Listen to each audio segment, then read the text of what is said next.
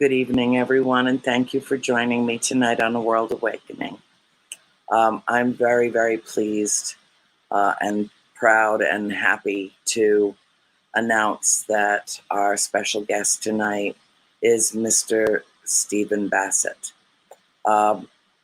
If you're a follower of the show, then you know that even before Tony Rathman and I joined KGRA, digital broadcasting, we had Stephen on, and the night that we had him on, probably about a year and a half ago or so, we had 2.5 hours with him.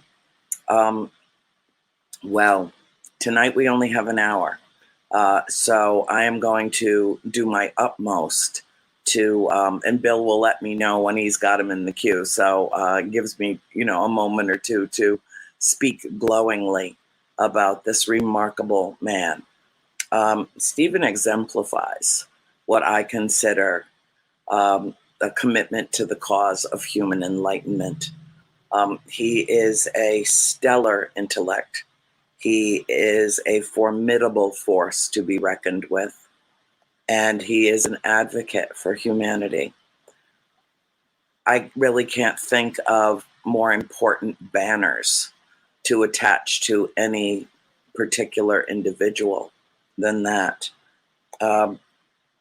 He has an ability to captivate a room in his lectures so that when he is done speaking, at least I'll speak for myself, I feel all sparkly and tingly and inspired and re-energized, because it can be very draining and difficult to constantly feel like you're just screaming into hurricane force winds about our galactic family. And there are times that it feels like no one's listening, nobody's really paying attention. We're just not making any progress or headway in terms of this subject matter, but instead revisiting and revisiting and revisiting the same subject over and over again, but not making any real quantum leaps in our understanding. Now, as individuals who are contactees, myself included, yeah, I'm very comfortable with the progress that I have made throughout the course of my life in terms of my own understanding. But when I encounter another individual who has the ability to cohesively, coherently, and inspirationally impart information that is perhaps unfamiliar or even foreign to other people, He takes what is mysterious, what has its own mystique, and is able to communicate it in such a way that it breeds familiarity. It takes away, it pulls down those guardrails that so many people put in place because they're afraid that if they dare to believe what he's saying or what I'm saying or others that work in this field, that it somehow threatens to fracture their own belief system, that it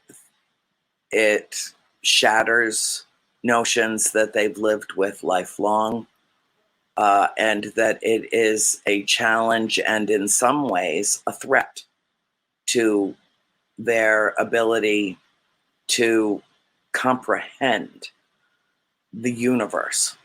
Well, let's start here. The universe is incomprehensible. Probably the most famous quotation that I've put out in the world that keeps showing up all over the place over and over again is, let me get this right. The safest assumption that we can make is that we know nothing in comparison to what there is to know. This in the vein of Carl Sagan and so many others that came before us who were unafraid to bridge that gap, to make that leap, quantum leap in our understanding of who we are, our existence in the context of an ever-expanding universe, is very difficult for the human mind to wrap itself around. And Stephen has an ability, an inherent, innate ability to close that gap. So, Bill, just let me know when we've got him in the queue and we'll bring him on. And in the interim, let me just tell you, while I stall for a little time, it's actually, hi. Hey there. Well, I know you. Steve is in the backstage and he's ready to go. So I'm going to bring him on. Excellent. I can save this little story, this little vignette for another time. There he is. You know, Steve, I don't know if you heard the nice things that I had to say about you, but let me say it in your presence. You are a stellar intellect, a brilliant man, and an inspiration to me and many, many others. And I am deeply grateful that you were able to join us tonight on the show. Thank you. And let me see if I can add some light to this. One moment. Okay. Oh, he's gone. I think this may be an improvement. Oh, I love your office. Oh, it makes you all dark and mysterious anyway. You know, I mean, it's lovely. Your office is beautiful, dear. Thank you. I spent months working on it. It's good to be with you again, Andrea. I hope your life is going well, and you've got lots of projects in the works. What can I tell you? What do you need to know? Well, you know, this whole thing. All right. So when I was filling your space at Starworks last November, one of the things that I did was get up on that stage, and I felt your presence with me because unfortunately you were ill. I'm so glad to see you looking so well. And you were not able to join us. And so Paula Harris gave me your spot in the lineup. And I was honored by that in a, kind of bizarre way. It's almost like let me channel Steve, he can't be here, but what would Steve say? And the one thing that I wanted to bring to your attention before I let you run with this is that during my lecture, I talked about the gathering of the 16 intellects from around the world that the DoD had gathered together and then said, let's explore this subject. And then they handed them all of the declassified material on UFOs, or what they like to call UAPs, because, let's change the subject a little more. And I said, probably rather arrogantly, had I been one of those people sitting around the table, I would have taken the file folder and I would have shoved it back to the person that gave it to me and said, you know what? This is an all or nothing proposition. You didn't gather people from MIT and every other major university and research center in the world so that we could look at what you've already decided was safe enough for us to look at. We're at a point now where we're tired of breadcrumbs when we're hungry for the truth and we want the whole loaf. Give us everything or I'm out of here. And there it is. So run with it. Tell me what you gleaned from the second only congressional hearing on UFOs in Washington, D.C. yesterday that was maybe something beyond the same old. Do they pose a threat? We don't know if they exist or not. Bullshit. What do you think? You've probably seen the scene in more than a few movies where the protagonist is in some awful situation and they literally they have no food and maybe no water, but certainly no food. They go weeks and weeks, months without any food. They're starving to death. They've shrunk down to skin and bones. And finally, the people come to save them, right? And then they put some food in front of them, and they start trying to. They're incredibly starving, and they're stuffing themselves. And this is very bad. It'll kill you. You can't do that, right? When you have been starved for weeks, and you've lost a huge amount of weight, and then to suddenly try to eat everything at once and kill you. This is kind of the situation with the issue. People have been waiting 75 years to finally get the proper confirmation on this issue from their government, which has known about the ET presence since Roswell, possibly a little sooner. There's a couple of events, right? But in terms of but so little emerged from those events, if they did take place, Cape Girardeau and others, that it just wasn't a thing, all right? But after Roswell, it was a thing because they put a press release out, They did. They once told the truth and then immediately retracted it. Yeah. Nothing like putting out a press release to really get things going. Yeah. And of course, there's, I think, a very significant matrix of evidence that ETs have been engaging the human race for thousands of years. The evidence is much more difficult, obviously, to run down, but the totality of it is such that it's impossible to look at history. And of course, the one entity, the one thing that's doing this with vigor is Ancient Aliens, and there are people that hate it. Certainly the historians and archaeologists, it drives them crazy. The point is that a lot of it's right. It's just that simple. And they've gone over it repeatedly. They've made corrections. So they've been around. They've been dealing with this. Maybe different ETs, different types. Who knows? I'm sure they visited the planet before we had what we'll call civilization, or before there were even Homo sapiens sapiens. Whatever. They can come and go when they please. However, we're concerned now about the modern era, and the modern era is much different. We by 46-7 we had the beginning of a global civilization, advanced communications, media, journalism, and so forth. And so when a press release goes out into that kind of a situation, it has great impact. So, okay, but it did not go further. The government made a decision to embargo this issue. I call it an embargo, which is what it is, for national security reasons. But that press release went out, and the ETs, of course, can do what they please. And so this has created this extraordinary 75-year period. I think nothing like it has ever happened before in the history of the human race, to be honest with you. If somebody's got a similar example, let me know, where a government, and in this case, a government in a constitutional republic with substantial rights to the citizens, speech and everything else, made a national security decision that it would just pretend that something that people were seeing with their own eyes daily worldwide didn't exist. And that they would not only just pretend it didn't exist, they would go to various degrees to prevent people from engaging it, covering it, talking about it, to the extent just contain it, right? And this had to be a daily thing. It had to go on relentlessly because the ET phenomena was simply going to happen. And there was nothing they could do about that.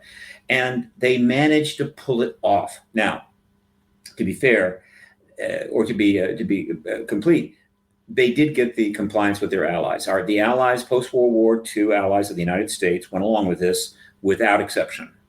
That helped a great deal because people might be pressing our president or our Department of Defense or whatever. Why don't you tell us more? And then they look around and they're not getting it. Nothing's coming out of the UK. Nothing's coming out of France or Germany. And nothing's coming out of our adversary nations, such as the Soviet Union and China. All of the nations are pretty much part of the embargo, though the United States had to be the most vigorous about it. Some of the authoritative countries, all you had to do was say, do not touch that. Do not say anything there or we will kill you. And people go, okay, no problem. U.S., no. So the U.S. had to be vigorous, and it had to keep its allies in line by offering support and protection from the big bad wolf and substantial economic benefits. And so all of this and many, many other factors were in play to somehow get us from 47, right, to 2023, and the confirmation of what was announced in a press release 76 years ago still hasn't happened.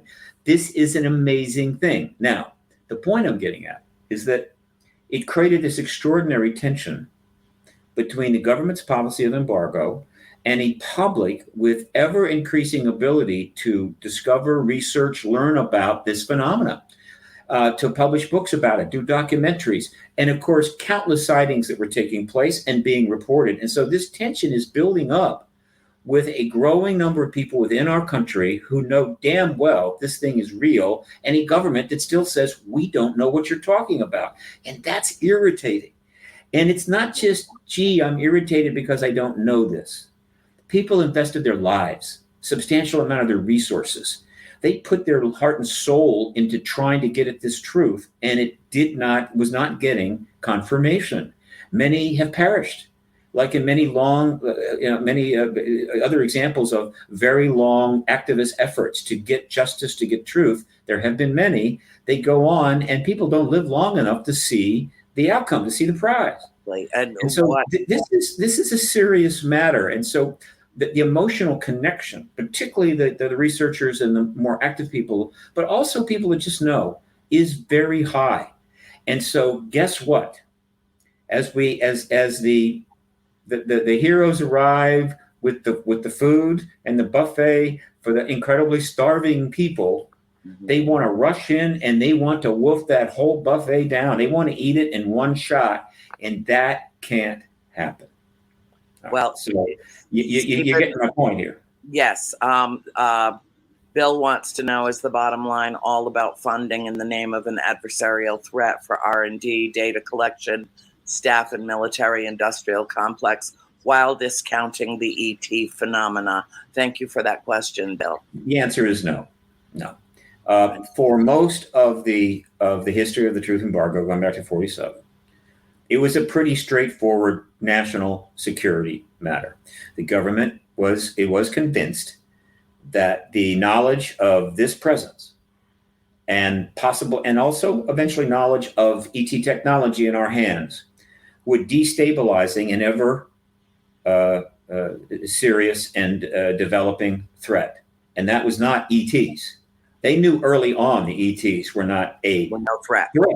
Always a potential threat, right? But not a threat. The threat was the Soviet Union and eventually China, and what would eventually be 80,000+ nuclear weapons that were in stocks around the world, and 2,000 some testing that had been done, giving a lot of us cancer. That was the threat, and they felt that just dropping this paradigm shift, this staggering worldview change into that unpredictable mix was simply too dangerous.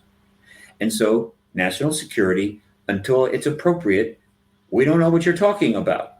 Meanwhile, of course, we're studying it big time. Oh, we're putting huge amounts of money into studying it, right? And that brought money to the Department of Defense and to black programs, yes. Yeah.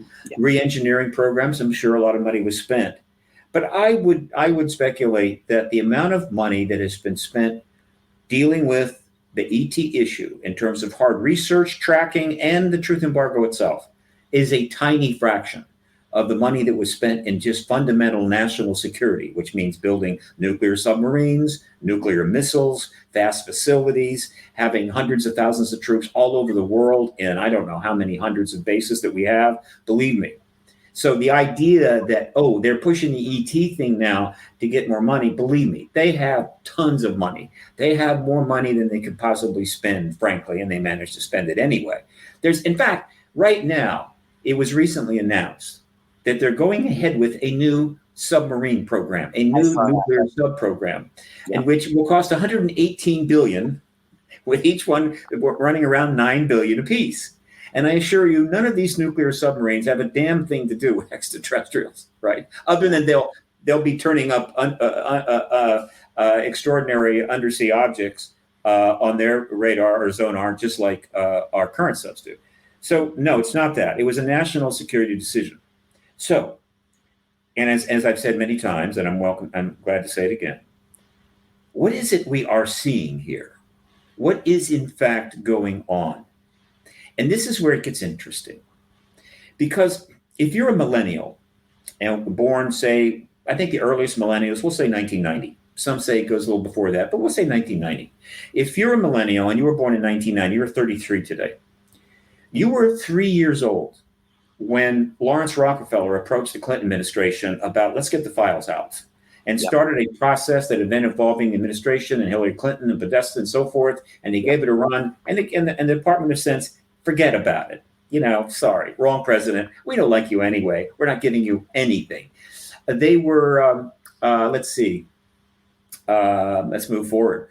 So they were 11 when Stephen Greer holds a major press conference at the National Press Club, bringing forward a number of witnesses in person to testify in front of about 150 media, as well as videotaping of about another 75. It was a major event. They were 11 years old. Yeah. Then in, let's see, that was 2001. They were 14 when the first X conference was held. They were 23 when the citizen hearing on disclosure mock congressional hearing was held. And so you see where I'm going here? They have no understanding of this issue really prior to 2000, really, unless they have really dived into it. And they've got a very complex world to deal with, and making a living and paying for $50,000 a year tuitions to Dakota College. And so they're just looking at what's happening as if it's just happening, right? And by that, I mean, if I were them, and a lot of others, even much older, right? This is not limited to millennials. I would be thinking, oh, goodness, our government has learned that there is a phenomena out there, craft or something flying through the sky, and we don't know what it is.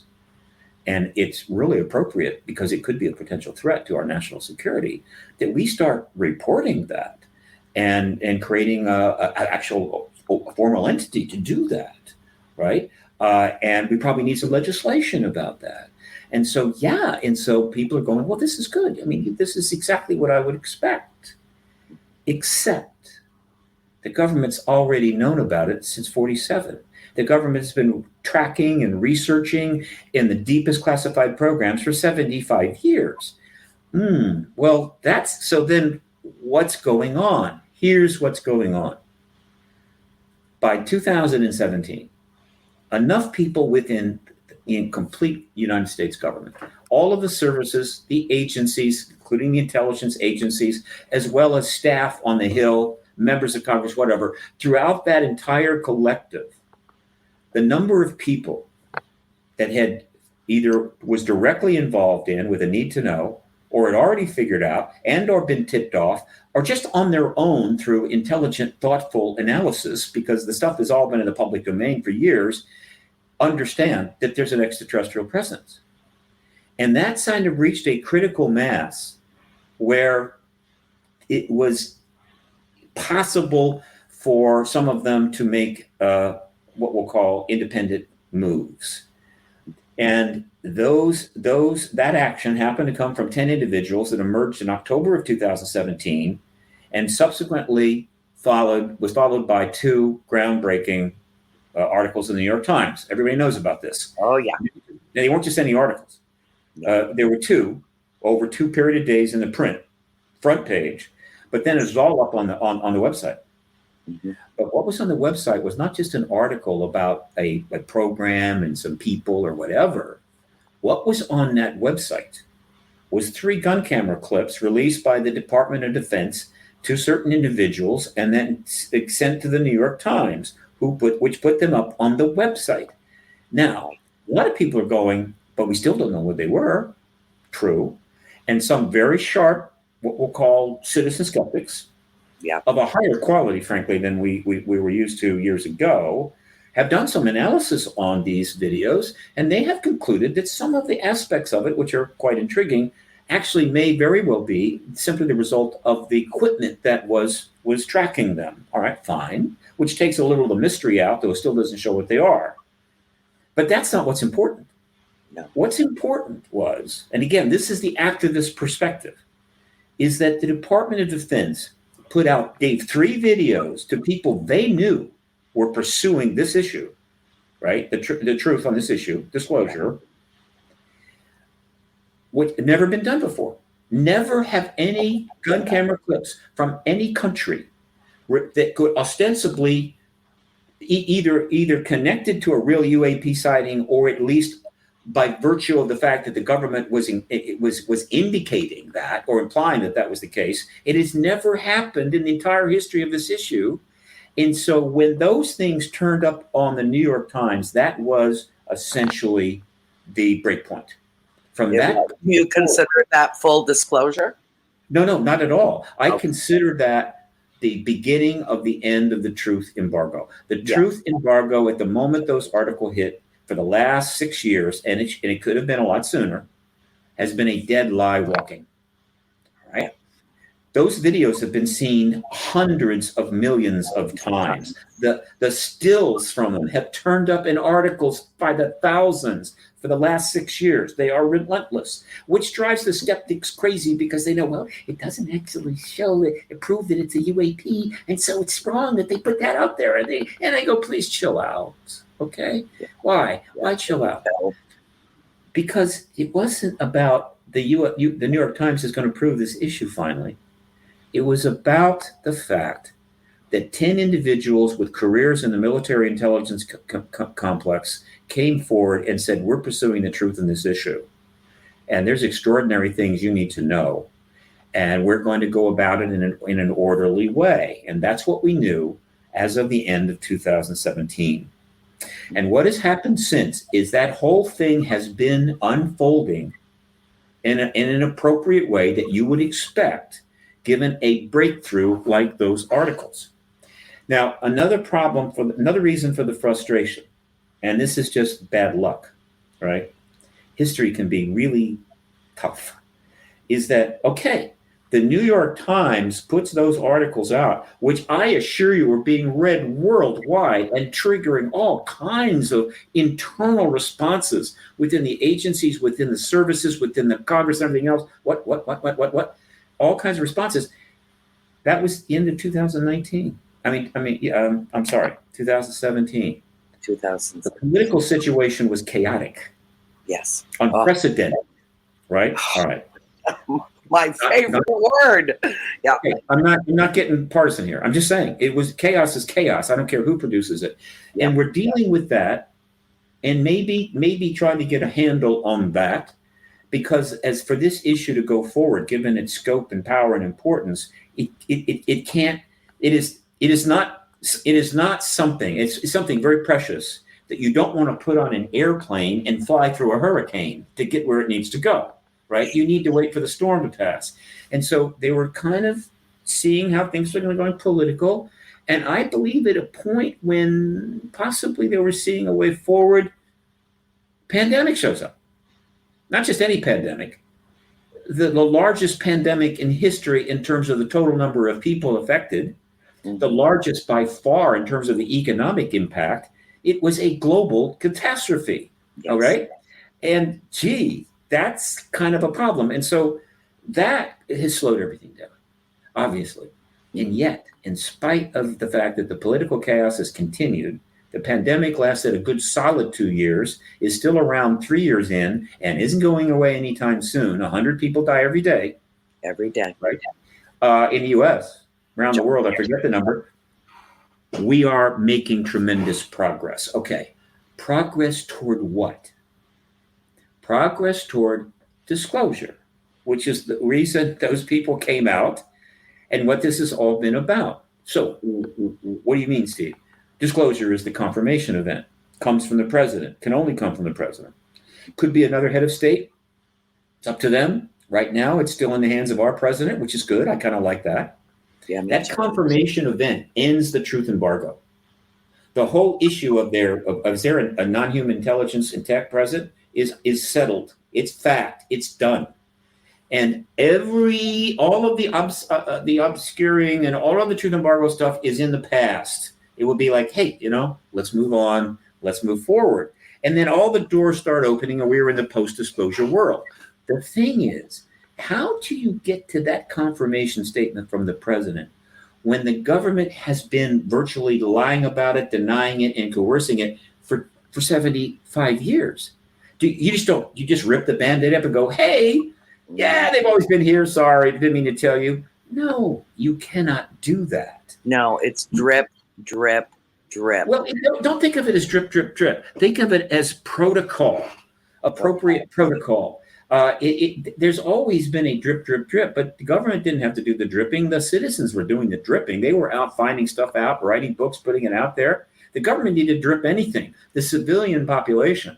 We are the ones. We are doing the dripping. Okay. Yep. And yes, go ahead. No, we had a question. Are there other governments that are more open with their citizens about our galactic family? I can answer that. Yes and no. Terms of releasing cherry-picked information, I think the UK is ahead of us. But I can't really think of any other countries. France, Germany have released some elements of their records. But again, I would say probably in the 90 percentile or more is still considered classified. And, maybe I am thinking about this wrong because I was, I was a fist-pumping, screaming banshee of demanding in Mexico, yes, Victoria, demanding disclosure for a decade before I realized that was futile, fruitless, and I came to the conclusion, instead of banging on doors and insisting that people tell us what I knew they knew, that we are the point of disclosure. We, the contactees, we, the researchers, we, the people that are working, diligently on this subject all the time. And we are a collective worldwide of credible people with incredible stories to share. Sure. Mm-hmm. Sure. The citizen science researchers, journalists, documentarians, witnesses, and so forth, and contactees, all right, they have been the principal delivery mechanism for information on this issue, not our government. And so in terms of looking at all the governments, in terms of the amount of information that has come out overall from all sources, there's no question the U.S.-based information is surpasses every other country. Yes. But other countries have released some things, and the government has done a few things. But the primary body of information and research is mostly centered on the United States. And because our government has been leading the truth embargo, not surprisingly, a lot of the citizen researchers are finding stuff in our government. So they're pulling it out with FOIA docs and witnesses coming forward. So it is there has been a process of what we'll call the small d disclosure going on at a number of levels, including at the government level, for these 75 years. It ebbs and it flows, but it's always been a continuing revealing process but that could not and was not allowed to reach a threshold that would trigger political action. Mm-hmm. See, this is a political issue, not a science issue. That's what I figured out when I left John Mack's and a group as a volunteer and went to Washington and registered lobbyists. You could pile science on top of science. It doesn't matter. The government's embargoed it. That's it. That's it. End of story. And of course, because the government has embargoed it, the universities are going to stay out of it. The research organizations stay out of it. Funders are going to stay out of it. So it all comes together very nicely to maintain the truth embargo. That is coming to an end. Now, to get to my key point here. All right. What is going on now is because it's so complex, and you've got all the military services that are going to have issues to deal with. The Congress is going to have issues to deal with. Certainly all of the intelligence agencies, as well as all the civilian research, government or defense contractors, all of these people and entities are going to be affected by the disclosure event. And it's not going to be generally positive. It's going to be negative. Now, as it happens, a great proportion of the people that managed and maintained this truth embargo or worked on this issue in classified ways are dead. And so yes, they don't got a problem.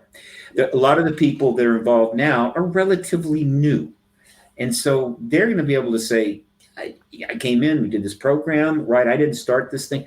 But nevertheless, you've got reputations and you've got stability issues and you have credibility issues with the government and the White House and everything else. So you just can't do it. So what we're seeing is that they are going through a process which is exactly what should have happened in 1948.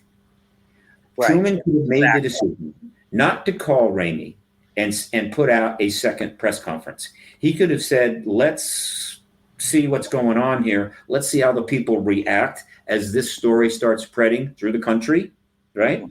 And then we'll decide. And what they would have found out is that the country would have been quite fine with it.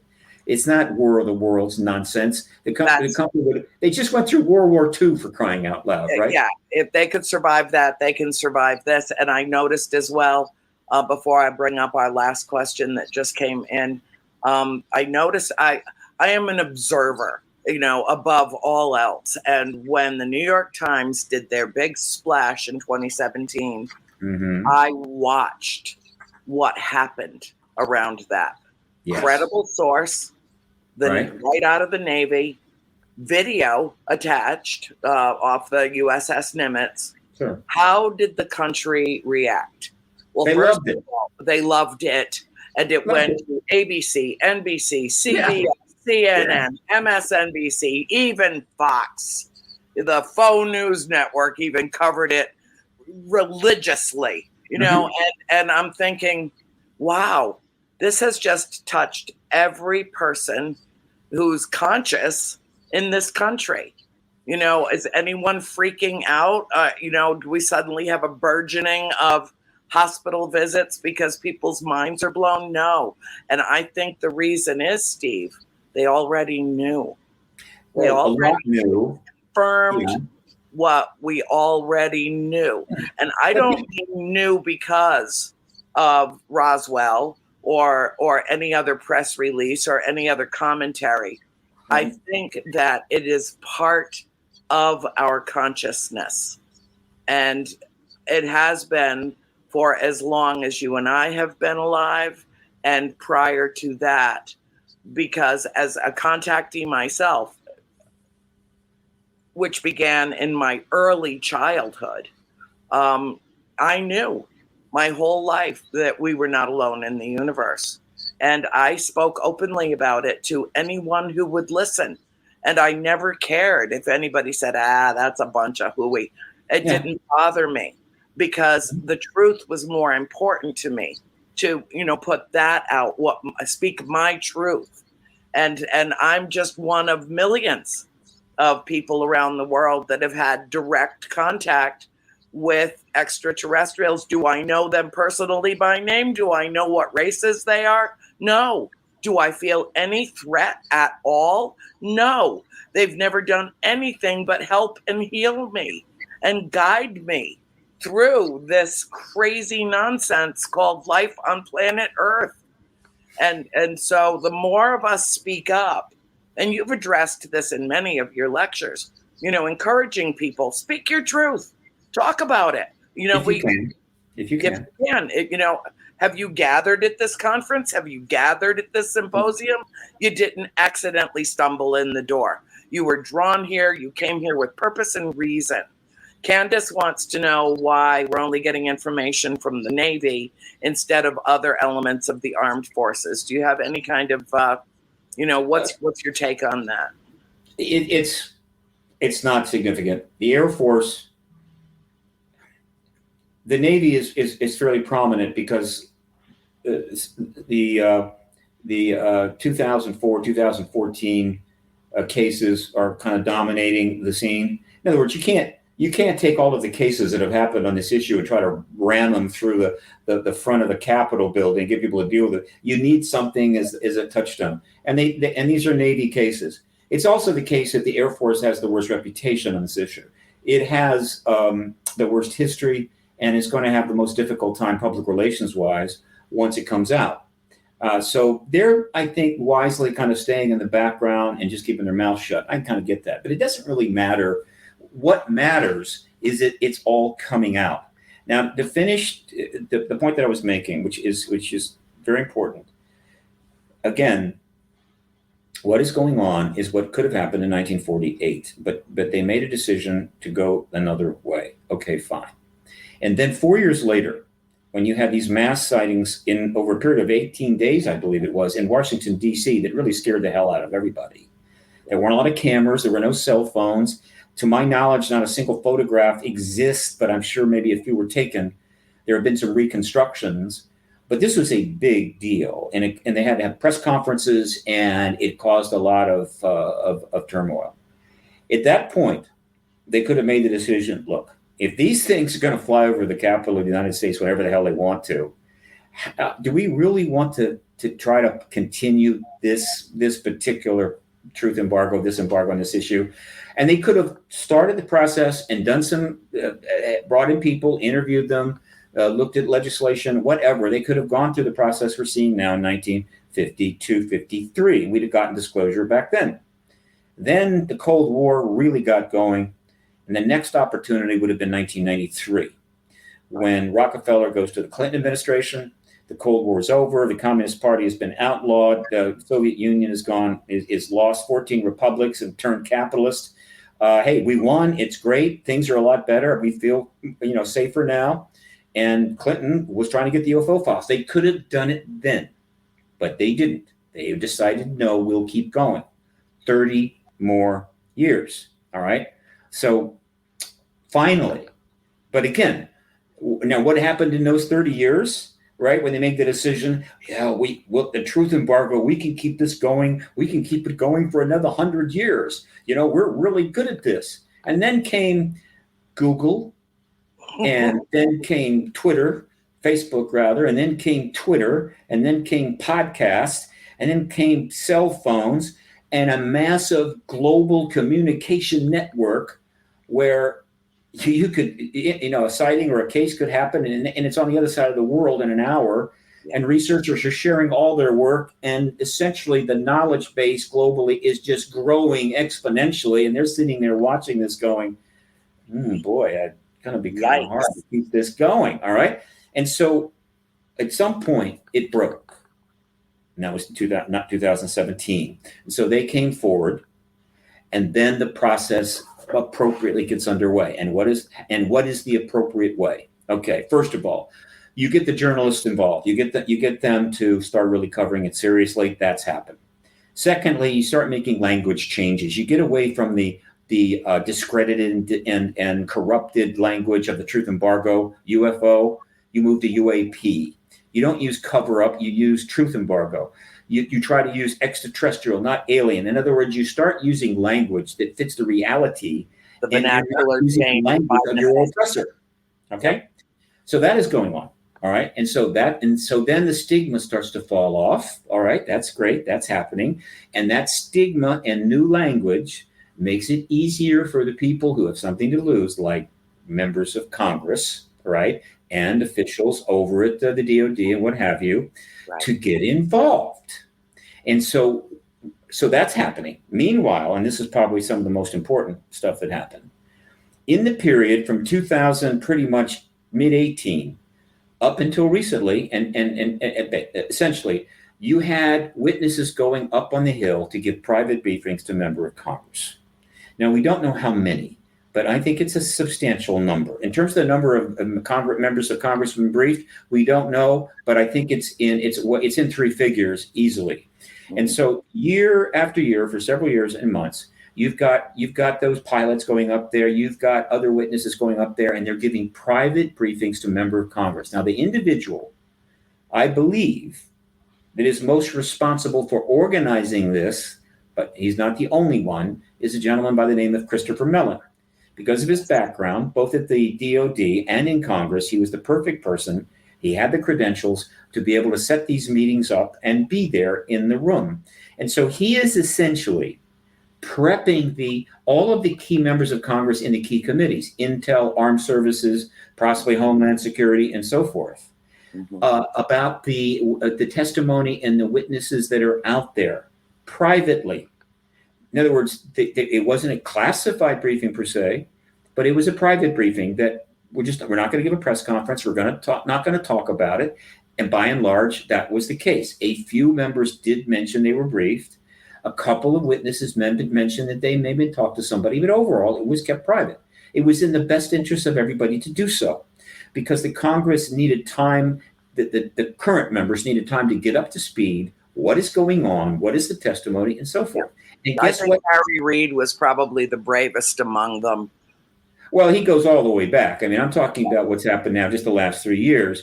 He served his role. He has his place, but that goes all the way back to 2007. In other words, he was way ahead of his time. Now we're in the current present time. And so what did those briefings lead to? Exactly what they should lead to: legislation. And so after the entire Senate Intel Committee had been briefed, probably by, I say, in various ways at various times, Marco Rubio turns out to be the first member of Congress to make a move. Yep. In this era of the final days of the truth embargo, he is the first member to make a move. Now, there were other members of Congress that tried to do things years ago, but it wasn't part of this process, and it didn't go anywhere, but they deserve historical credit, like Stephen Schiff. I hope that he receives what he's deserved. And there's a couple of senators and so forth, but this is different. So Rubio makes the first move, and by putting in UAP-related legislation he slips it into the COVID relief bill, which is an omnibus bill, right? Yep. Huge bill, funding and all that kind of stuff. It slips that in there to set up a UAP task force, okay? All right, which basically put the DOD on notice. We're here now. Yeah. The Senate is now stepping into this. Here's a little legislation to get you going. And one of the things it did was ask for a report at a certain time. And it turned out the deadline, based upon when the bill was signed, was June 25. And so this is brilliant on the part of Marco Rubio, because what he did was he hung out a MacGuffin for all of the media to jump on, meaning I am demanding a report by the 25th of June. And so now all the media is getting ready to cover that when it comes, and it's just building up the interest. And so when the report finally comes out at the last minute, not surprisingly, they jumped all over it, made a lot of articles. And of course, Marco Rubio was mentioned in a lot of this coverage over that entire 7-8 month period. Yep. Now, in addition to the unclassified report that was issued on 25, 8 pages, it was not a big deal, but it was important. There was an unclassified report given to those members of Congress that had been briefed already, taking it to another level. And that was legislation 1. Then comes legislation 2. Okay. Legislation 2 was the 2022 NDAA, National Defense Authorization Act, and of course the intelligence authorization component. And language was put together there. And in this case, Kirsten Gillibrand is when she stepped in. All right. Kirsten Gillibrand steps in, and she's one of the principal architects. So I'm sure that both Rubio and Warner were involved. But for whatever reason, she ended up being the front person on this. Could that because she was a woman and we need to get the women involved here? Is it also because she was a very powerful senator and she ran for president? All right, as did Rubio. Yes. And so now she's kind of the front there. Meanwhile, Ruben Gallego down in the House is going, hey, it's time for us to get something going. So he's putting some language in the House bill. They come together in resolution, and out comes that legislation, which called for an expansion of the program. It had a different name and so forth and so forth. It's a big deal. And then we move on a little further, and what happens? We get the third major piece of legislation, and that's the 2023 NDA Act. And that really takes it to another level. And at this point, the Department of Defense, every single military service, and every intelligence agents know, if they have that by then, that this thing is now underway. It is irreversible. The Congress is involved. There is legislation. We're going to have to do all of that stuff that we didn't do in 48, 53, and 93.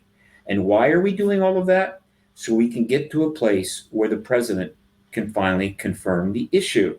Yes. And the road to that final moment must pass through Congress. You see, the military services and the DOD cannot disclose this issue. It's not their job. It's completely out of line. It would violate the Constitution. Yes, the Congress can't do it either. This is a national security matter of national offense. And so a statement regarding something at this level must come from the president. But the Congress must be involved. And how? Hearings. Mm-hmm. In other words, the hearings that we've been trying to get since 1968 are finally going to happen. The two things we just experienced in the last 2 years were not hearings, they were briefings. Not the same thing. Moultrie, Bray, and Kirkpatrick did not take an oath before they sat down. They just sat down and answered questions from a senator or senators. These were briefings. These were not hearings. Hearings is when people sit down under oath and give extremely information. Okay? Yeah. So you have to have those. Why? Because it satisfies the key components of protocol to get this done right. What are they?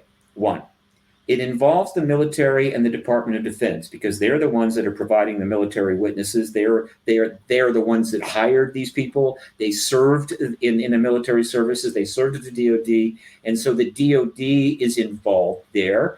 And of course, now that there is a program set up, ARROW, All Domain Anomaly Resolution Office, that is involved. Okay, it involves the Congress.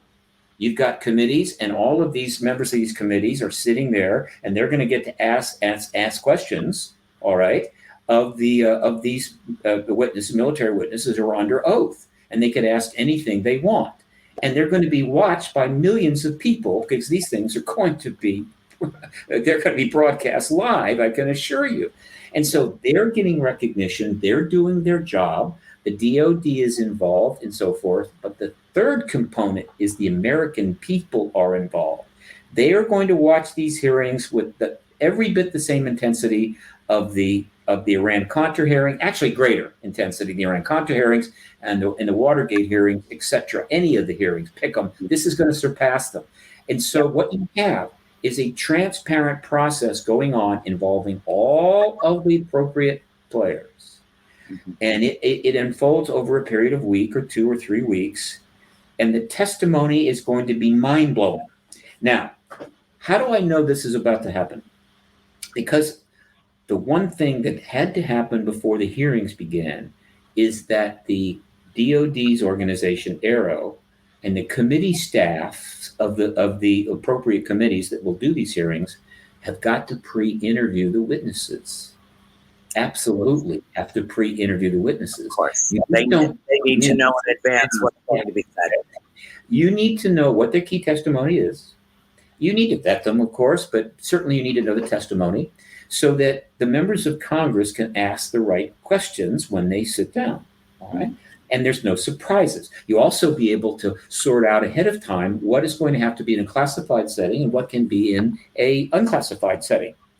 Once those pre-interviews are done, then you can hold the hearings. And when those hearings are held, people need to know this. One, they're not going to lie. Period. They're just not going to lie. Every one of these military witnesses got 2 oaths. One when they signed up to serve, and the second one when they sat down at that table. They don't have to lie, and they're not going to lie. And one of the reasons they're not going to lie is because if any question is asked of them that they can't answer, they don't have to come up with a false answer. All they will have to do is say, Senator, in that regard to that question, I can discuss it, but only in private classified setting. I cannot do it here. And they'll go, fine. We will discuss that then. So they're not going to lie. All right. Secondly, the members of Congress, regardless of what the pre-interviews have accomplished, they can ask anything they want. They can do anything they want. And so in those hearings, which are going to be watched by millions of people, the committee members are going to have the opportunity to stake their claim to this subject, to this historical moment. And they may not just ask questions, they may have statements to make. They may want to put on a little bit of a show, but they are going to, okay? And of course, this is going to take the whole thing to another level. Mm-hmm. And so they're going to ask, and of course, while the committee witnesses will give an initial statement, once the questions begin, they can say anything they want. If they violate a national security decree or a non-disclosure agreement, that could get them in hot water. I don't think they'll do that. They won't. And so that is going to go on for a couple of weeks, and that's it. That's it. Now the table is now been completely set for the president to end the truth embargo. Right. And here's why it has to be that way, because under that circumstance, all of the key people, all the key players and agencies have played their role. They've done their part. They've been transparent, right? Which is what people have to have on this now. And the evidence has been presented in front of everybody. And the evidence that can be stated in the public domain, I assure you, is more than enough to absolutely close the deal. And then the stuff that's done in classified setting, well, a classified setting, hell, that's even more. We'll get to that eventually. And so the president is going to be watching these hearings take place, as well as everybody else in the government. There's going to be hardly anybody in the government's not watching these things take place. And so the evidence piles up before the world's people. By the way, it'll be broadcast worldwide. Then the president can come forward and in a totally nonpartisan way, with no political overtones, to a world that has already figured out, yeah, it's true, and say to them, my fellow Americans, I have watched these extraordinary weeks of testimony from these members of our military, these people that have served our country and our national interest. My aides have watched it. I have talked with my people at the Pentagon, or the top people at the Pentagon. I've talked with congressional leaders, and we have all come to agreement that this testimony clearly confirms that the phenomena in question, the phenomena that matters, is non-human intelligence in origin and construction from somewhere. He doesn't have to use the word extraterrestrial. Everybody will get that. And that's disclosure. That's it. It's over. It is done. And now begins the post-disclosure world. And the reason there's so much cognitive dissonance is that people keep thinking that this process is to finally tell us the truth. No, it is to get this to the point where the president can confirm that simple truth. Therefore, we can then begin what will end up being endless months of hearings in which all the aspects of this issue are engaged by the Congress with new sets of witnesses, and slowly information that has been withheld starts to come out. All right. And the catch, though, is that in order to do this, they have to lie their way out of the lie. Of the lie. Exactly. And that is what is driving people crazy.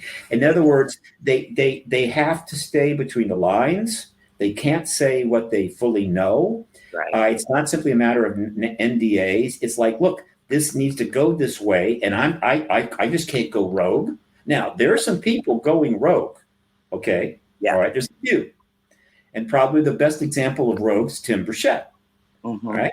Tim Burchett figured out there's something going on.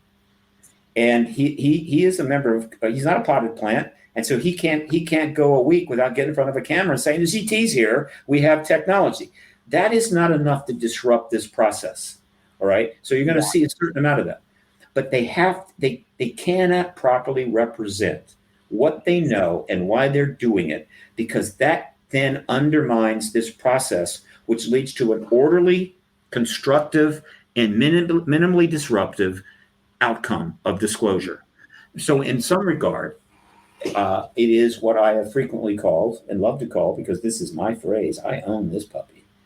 What we are seeing is a public relations driven extrication process to end the truth embargo formally, so that we no longer have to go through this again. Yes. God bless you, Stephen. We are out of time. My show has just come to an end. I hope everybody heard the last couple of sentences that you just said. I will have you back on at your convenience to pick up where we left off, and I consider you one of the brightest stars in the firmament, and I thank you from my heart for joining me tonight. Lastly, I'm going to be speaking at the Contact in the Desert Conference, June 2 to 4. It is massive. It is 60 speakers. It is huge. Please join me there. Yes. And also, I promise the next time I'll have better lighting. Okay. You're precious in every way, in any lighting. I love you, dear. I'll talk to you soon. Thank Bye. you. Good night, honey.